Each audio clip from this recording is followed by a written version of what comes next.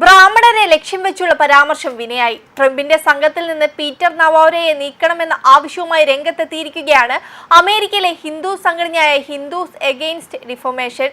നവാരോയുടെ പരാമർശങ്ങൾ അനുചിതവും ഹിന്ദു വിരുദ്ധമാണെന്നും AHAD പ്രതികരിച്ചു.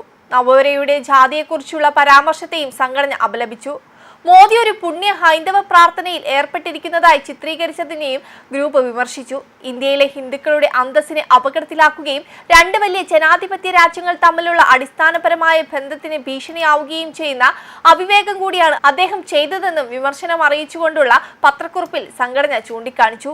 ഇന്ത്യൻ ജനതയെ ചൂഷണം ചെയ്ത് ബ്രാഹ്മണർ ലാഭമുണ്ടാക്കുന്നു എന്ന പരാമർശത്തെയും നിശിതമായി വിമർശിക്കുന്നുണ്ട്. പരാമർശം ഒരു കൊളോണിയൽ വാർപ്പ് മാതൃകയാണ്. ഇതൊരു വിമർശനമല്ല. ഹിന്ദു സമൂഹത്തെ ഭിന്നിപ്പിക്കാനും ഇന്ത്യയെ സഹജമായി അനീതിയുള്ള നാടായി ചിത്രീകരിക്കാനുമായി ഉപയോഗിക്കുന്ന ഒരു കൊളോണിയൽ ആഖ്യാനവുമായാണെന്നും ഗ്രൂപ്പ് വിമർശിച്ചു. ഇത് വിദേശ നയമല്ല, ഹിന്ദു വിരോധം ആയുധമാക്കിയുള്ളതാണെന്ന് ഹിന്ദു പാക് എക്സിക്യൂട്ടീവ് ചെയർമാനായ അജയ് ഷാ പറഞ്ഞു. കൊളോണിയൽ തിരക്കഥകളിലൂടെ ഹിന്ദുക്കളെ ഭിന്നിപ്പിക്കുന്നതിലൂടെ ബന്ധങ്ങൾ കെട്ടിപ്പടുക്കുകയില്ല, മറിച്ച് നശിപ്പിക്കുകയാണ് ചെയ്യുന്നത്. നവോരെ പോലുള്ളവർക്ക് അമേരിക്കൻ രാഷ്ട്രീയ ജീവിതത്തിൽ സ്ഥാനമില്ലെന്നും അദ്ദേഹം പറഞ്ഞു. കുറഞ്ഞ വിലയ്ക്ക് എണ്ണ വാങ്ങി യുക്രൈനെതിരെയുള്ള റഷ്യയുടെ യുദ്ധത്തിന് ഇന്ത്യ പരോക്ഷമായി ധനസഹായം നൽകുന്നുവെന്ന് ആരോപിച്ച് വൈറ്റ് ഹൗസ് ഉപദേഷ്ടാവായ നവാരോ ഇന്ത്യക്കെതിരായി വിമർശനം ഉന്നയിച്ചിരുന്നു. ഇന്ത്യ ഈ എണ്ണ പുറം രാജ്യങ്ങൾക്ക് ഉയർന്ന നിരക്കിൽ വിറ്റ് ലാഭമുണ്ടാക്കുന്നു. ഇന്ത്യക്കാരുടെ ചെലവിൽ ബ്രാഹ്മണർ ലാഭമുണ്ടാക്കുകയാണെന്ന് നവാരോ പറഞ്ഞിരുന്നു. മോദി പുടിനുമായും ഷീ ജിൻപിങ്ങുമായും കൂടിച്ചേരുന്നതിനെയും അദ്ദേഹം വിമർശിച്ചിരുന്നു. അതേസമയം മറ്റൊരു പരാമർശവും അദ്ദേഹം നടത്തിയിരുന്നു. ലോകത്തിന് തന്നെ ഏറ്റവും കൂടുതൽ തീരുവ ചുമത്തുന്ന രാജ്യമാണ് ഇന്ത്യയെന്ന് US പ്രസിഡന്റ് ഡൊണാൾഡ് ട്രംപിന്റെ വ്യാപാര ഉപദേഷ്ടാവ് പീറ്റർ നവാരോയുടെ ആരോപണം. US ചുമത്തിയ തീരുവയ്ക്ക് മുന്നിൽ മുട്ടുമടക്കില്ലെന്ന ഇന്ത്യയുടെ നിലപാടാണ് USന്റെ തല്ലിനും തലോടിനും കാരണമായത്.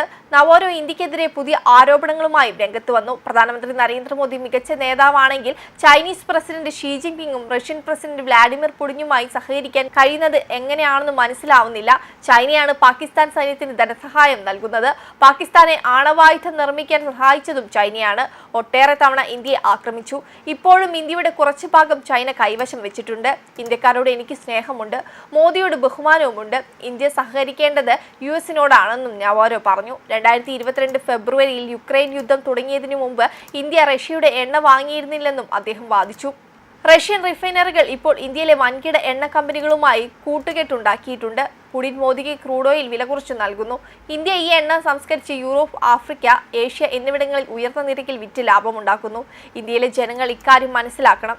ഇന്ത്യക്കാരുടെ ചെലവിൽ ബ്രാഹ്മണർ ലാഭമുണ്ടാക്കുകയാണെന്നായിരുന്നു അദ്ദേഹം പറഞ്ഞത്. വെബ് ഡെസ്ക് കർമ്മ ന്യൂസ്.